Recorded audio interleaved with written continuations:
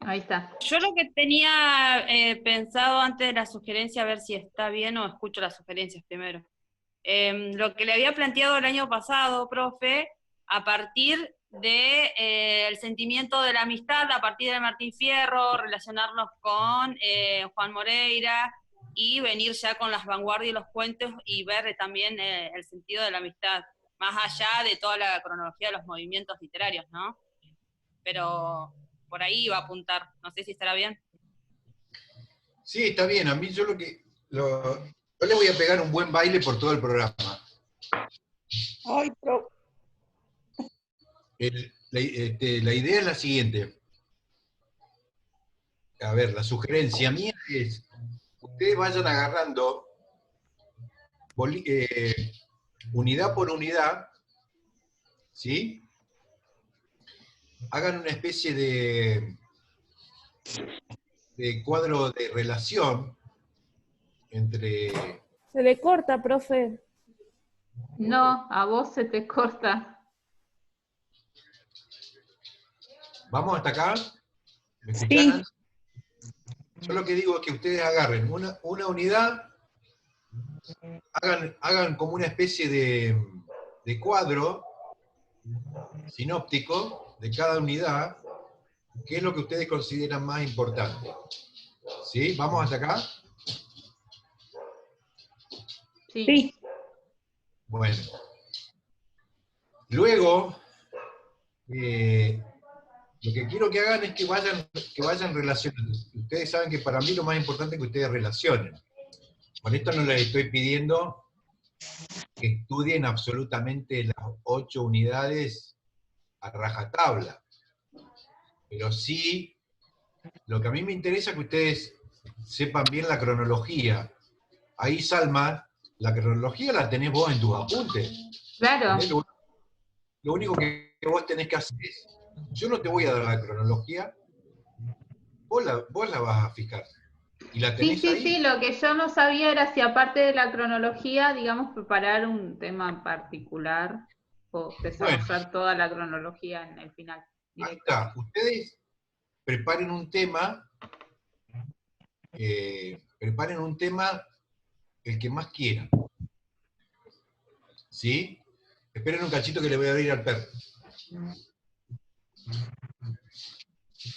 ¿Qué pasa, Chubo? ¿Esa es Cata, Nancy? A ver, entonces, Está silenciado todavía. Sí, ella es Cata. a ver, ustedes eligen un tema, y lo que me gustaría a mí es que ustedes sean lo más creativa posible con respecto al tema.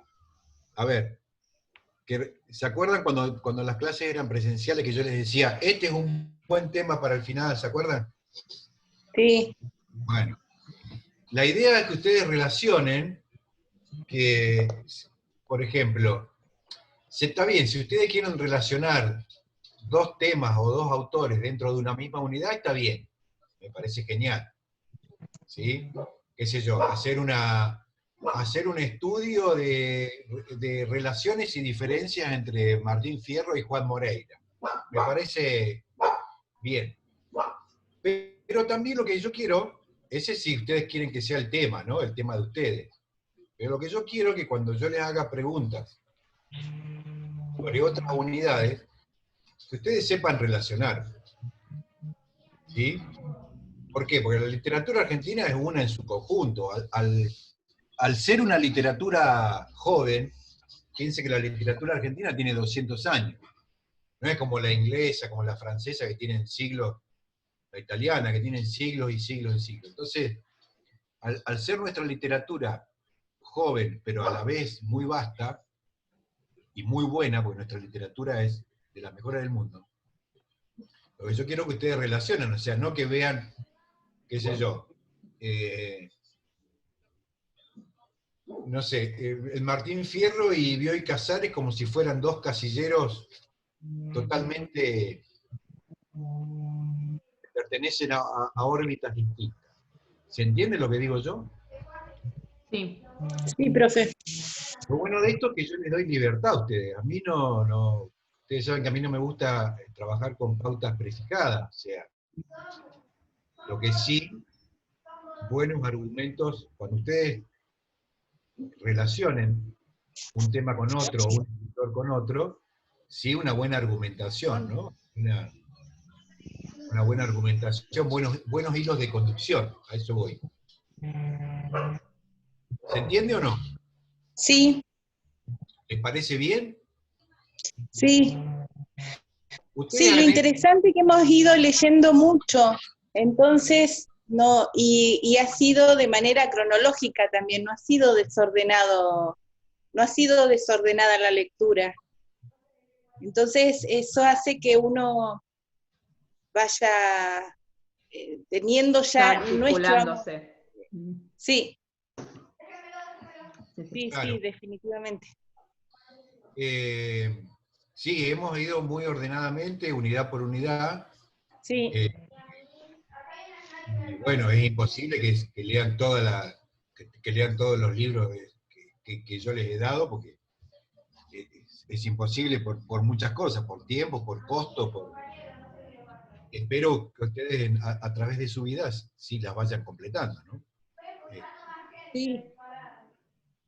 Sí, ahí nos decía Salma y Caro que era muy interesante el texto que les tocó, el libro que les tocó. Y pensábamos en el poco tiempo que tenemos para leer, sobre todo ahora, pero más adelante. Sí, a ver, ustedes han tenido muy buena cursada, lamentablemente tuvimos que cursar la segunda parte de esta manera, que se explota, yo diría que un 20% de lo que hubiésemos explotado de forma presencial, ¿no?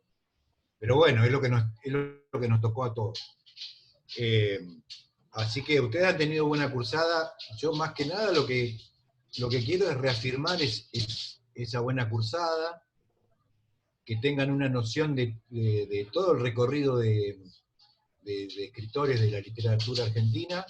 Ya después queda como decisión y voluntad propia de ustedes ir profundizando a través de los años. Ya es una decisión de ustedes, esto se lo voy a repetir hasta el último día que estén en el instituto. La decisión de ser excelentes y de marcar la diferencia está en ustedes. No está ni en mí, ni en el instituto, ni nada. Eso ya es una decisión de ustedes. Máxime teniendo que van a ganar lo mismo, o sea, nadie les va a pagar, en la escuela les va a pagar más porque lean un libro de más, un libro de menos. ¿Sí? Por eso estamos llenos de mediocres. Profesores, lamentablemente el gran porcentaje de profesoras y profesores de lengua y literatura son mediocres. La idea es que ustedes no lo sean. Así que, y bueno, después se van a tener que enfrentar a varios inconvenientes, el tiempo, los hijos, el trabajo, pero bueno, ustedes se van a arreglársela. Así que bueno, eso les pido. Básicamente eso. ¿Qué otra cosita? ¿Cómo anduvieron con las lecturas? Cuéntenme cada una, las lecturas desde la última vez, qué eligieron, qué leyeron, cómo trabajaron.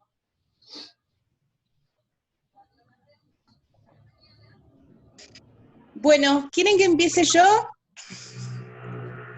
Dale, empezá vos. Yo leí Operación Masacre. Yo la había leído hace muchísimo tiempo, muchísimo, y la verdad que no la recordaba. Es escrito por una novela testimonial. Se silenció, Marita. Te silenciaste, Marita. Marita. Ahí está. Ahí, Sí. ¿me escuchan? Sí, sí. Y escrita por Rodolfo Walsh. Él nació en Lamarque, acá en Río Negro, en el 27. Yo leí mucho sobre el Che Guevara, que también más o menos nacieron en esa época, el Che, Fidel Castro, García Márquez, todos nacieron más o menos en los mismos años. estudió en La Plata y fue periodista. Empezó a escribir esta novela como una especie de investigación. En realidad fue una investigación periodística lo que realiza a partir de un hecho. En un bar se encuentran con alguien que les dice que hay un muerto que habla, un fusilado que habla, y empieza a investigar el hecho. Él había presenciado en La Plata una situación bastante, levantada, digamos, había militares que apoyaban a Perón, que había sido proscripto, y bueno, Perón se había ido del país en el 55, y bueno, estábamos en medio de una dictadura militar, y había militares que apoyando a Perón quisieron derrocar esa dictadura, pero no lo lograron. Y eso fue el 9 de junio del 56. El 10 de junio a la madrugada se dicta una ley marcial. O sea, la idea era fusilar a todos los que teóricamente se habían levantado contra esa dictadura. Era la 1 de la mañana cuando se dicta esa ley marcial. Es importante, digamos, marcar esta diferencia, porque al poco rato empezaron a fusilar personas que habían sido apresadas la noche anterior. Y según la ley marcial, solamente se mata o se fusila a aquellas personas que se toman como prisioneros a partir de la ley marcial. Encuentran en una casa, o sea que fueron guiados a esta casa, a un grupo de hombres, más o menos 10, 12 hombres, que se habían reunido a escuchar una pelea. Algunos de ellos estaban comprometidos con el peronismo, otros no, solamente habían ido a escuchar la pelea. Los toman preso, se los llevan a la comisaría, y después de la 1 de la mañana, 2, 3 de la mañana, les indica, encima cobardes, les indican que se los llevan a La Plata, y en realidad se los llevan a un descampado para fusilarlos. Ellos, cuando los estaban por fusilar, se dan cuenta de esta situación, los que estaban presos. Y en ese momento empiezan a tratar de irse, de fugarse. Algunos lo logran, 5 mueren, 7 logran sobrevivir escapando, y hay uno que se llama Libraga creo que es el apellido, que él estuvo con Néstor Kirchner, justo después que empecé a leer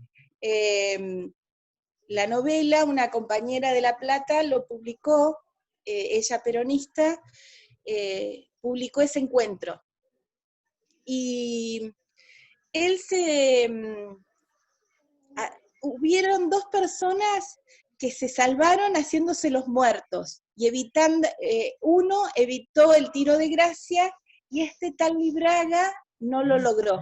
Le pegaron un tiro en la cabeza, en la cara, que le atravesó, yo entiendo, por acá por la mejilla, y le cruzó la cara, y lo dejaron realmente muy mal herido, tirado en ese lugar, y el otro que estaba boca abajo no pudieron ver que estaba respirando. Igual el que estaba boca abajo se imaginan que estaba aterrado, y realmente no supo cuánto tiempo estuvo en esa posición, porque del miedo que tenía no lograba ni escuchar lo que estaba pasando. Y bueno, el pobre hombre que le tiraron un tiro, que sobrevive, se va al pueblo, porque estaban cerca de un lugar que se llama José León Suárez. Un policía lo encuentra, él todo con la cara hinchada, dolorida, le había cruzado el tiro. Lo encuentran, lo llevan al hospital. Allá le hacen las primeras curaciones, la gente empieza a darse cuenta de lo que había pasado, pero como no podían tener testigos de lo que había pasado, la intención de la policía, que eran los que habían llevado a cabo el fusilamiento, era llevárselo y terminar de hacer el trabajo.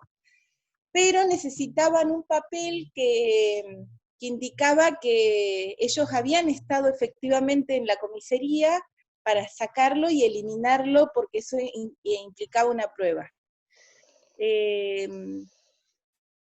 Las enfermeras un poco cómplices con Libraga logran rescatar ese papel y enviárselo al padre.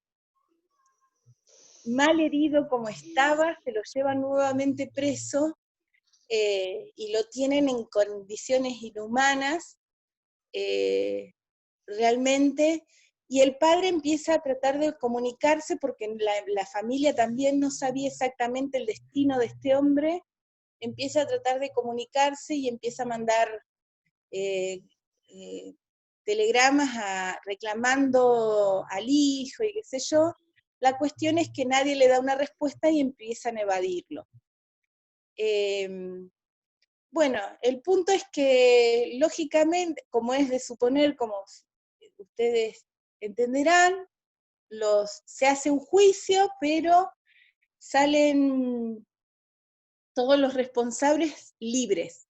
Ninguno cumple ningún tipo de condena, ninguno es culpable de nada, y todos se cubren entre sí, sobre todo entre los mandos de la policía, los mandos de los militares y todo eso.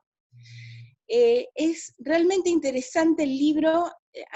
La primera parte habla sobre las características físicas, cómo se componen las familias, qué actividades realizaban. La mayoría eran obreros, muchos no eran peronistas, pero tampoco tenían grandes cargos ni en sindicatos, ni en nada, o sea, eran simpatizantes. Y en esa primera parte da características físicas, los años, los hijos que tenían, la familia que pertenecían. En la segunda parte se vuelve interesante, dolorosa también, porque describe muy bien lo que pasó, lo que sintieron cada una de las personas que logra fugarse de esa masacre, la pena que sienten por los que cayeron inevitablemente. Y la tercera parte es un toque más aburrida porque presenta los testimonios que se realizaron en el juicio, que eran contradictorios, que muchos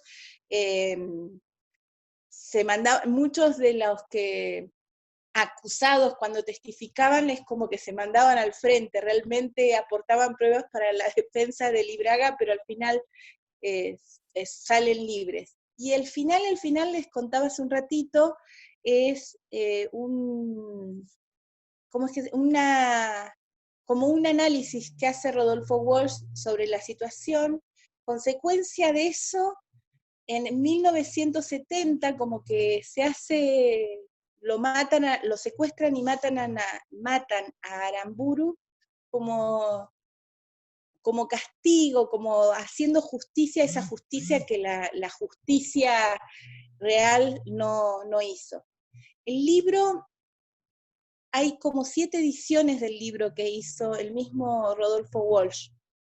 Inclusive en el libro se aportaron pruebas y que sirvieron para el juicio. Después lo que se hizo en el juicio se utilizó en una nueva edición, y así fueron incorporándose nuevas cosas, inclusive eliminando algunas cosas que no tenían sentido incorporarlas. El libro es una novela testimonial, o sea, no es ficción. Sin embargo, es interesante el lenguaje que utiliza, también se nota mucho el compromiso que él tiene con respecto a ese tema, se nota mucho la impotencia que siente Rodolfo Walsh en el libro. La verdad que es un libro interesante, muy angustiante por momento, transmite mucho el dolor, la angustia, la desesperación, el miedo por parte de los fusilados, porque él se entrevista con casi todos. Marita, Sí. el profe te está haciendo señas que pares un segundito. Ah, mirá, no lo estoy viendo. Ahí, a ver, ahí lo veo. Profe, yo seguí hablando porque no lo veía, perdón. ¿Me escuchás? Ahora sí. Ah, espera un segundito.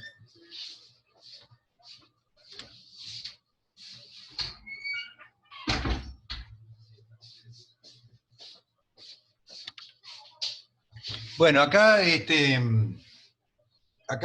un buen ejemplo, ¿no? Este libro, vamos a suponer, esto para todas, ¿no? Para que vean cómo va a ser el final. Vamos a suponer que vos elegís este libro Sí. para el final.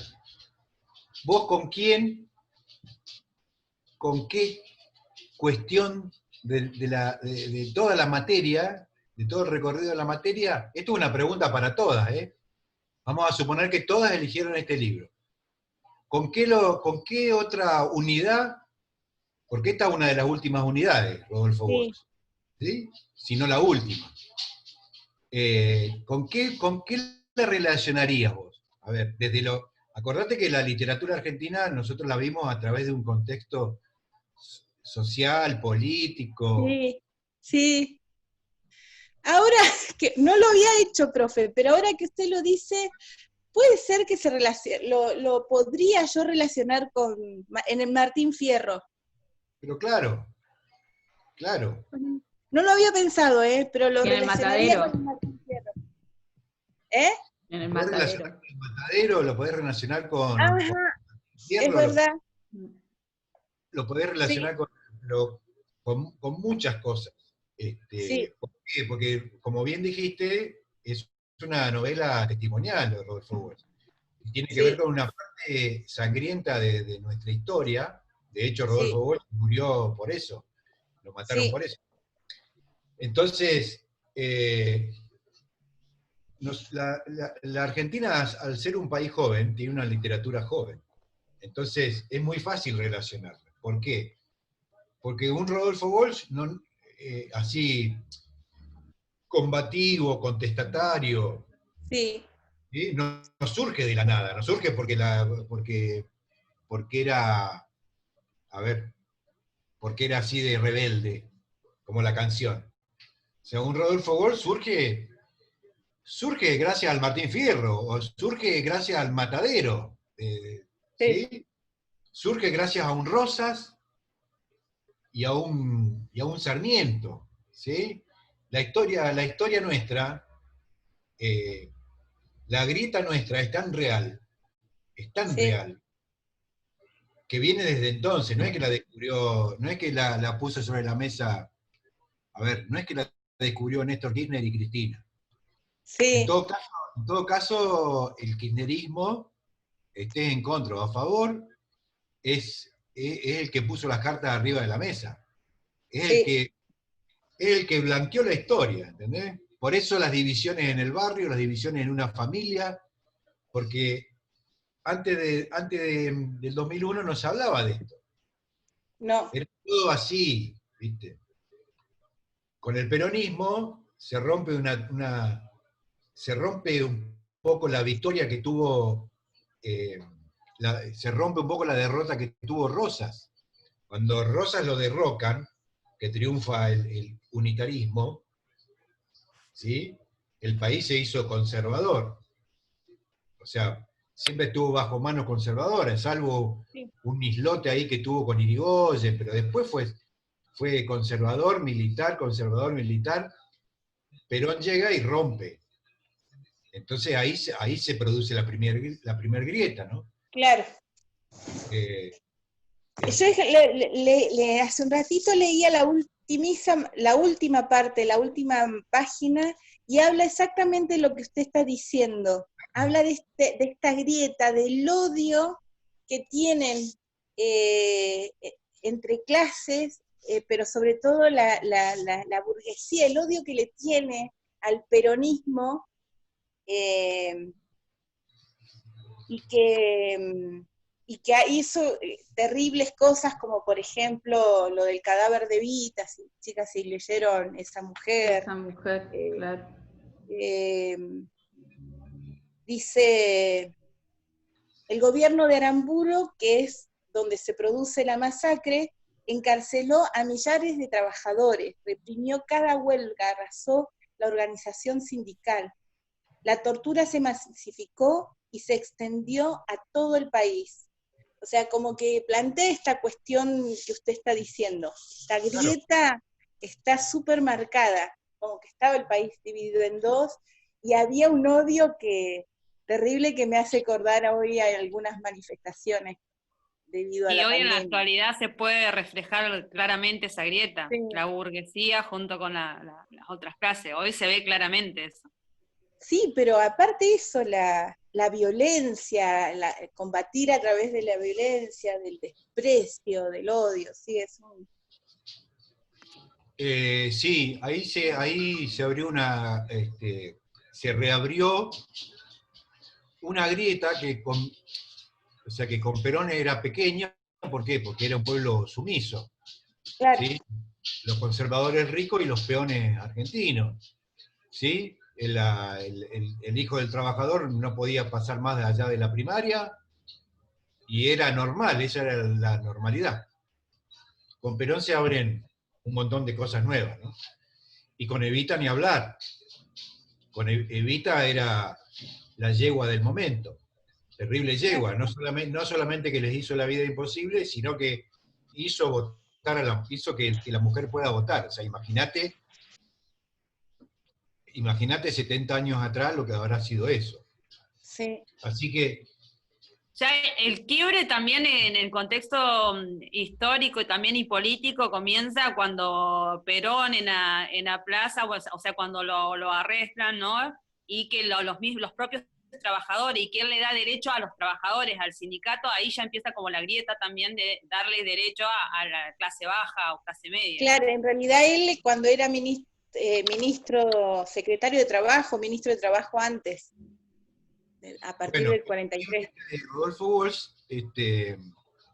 habla de la famosa fusiladora. Por eso a Aramburu lo matan.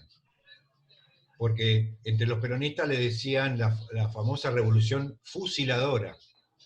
Y el general que le fue fiel a Perón, que era el general Valle, era la cabeza de esta gente que fueron fusiladas por Aramburu y que después tomaron venganza secuestrándolo y matándolo, ¿no? Claro. Bueno, lo que te decía, ahí lo podés, para que tengan idea de cómo pueden armar el final. O sea, ahí, si vos elegís ese libro, por ejemplo, lo podés comparar con un montón de cosas, y está bueno porque yo en realidad, al no ser presencial, la última unidad yo tenía pensado hacerla toda a partir de una literatura en torno de la dictadura del 76, ¿no? Pero bueno, de esta forma es medio complicado. Profe, Sí. a mí se me había ocurrido eso y ahora que la escucho a Marita, quiero preguntarle, a mí se me había ocurrido hacer este tema para el final, este tema de la grieta, pero desde el Martín Fierro, desde el Matadero, o sea, que este tema atraviesa todo el programa de literatura argentina. Y por ahí tenía ganas de preparar ese tema recorriendo distintas obras.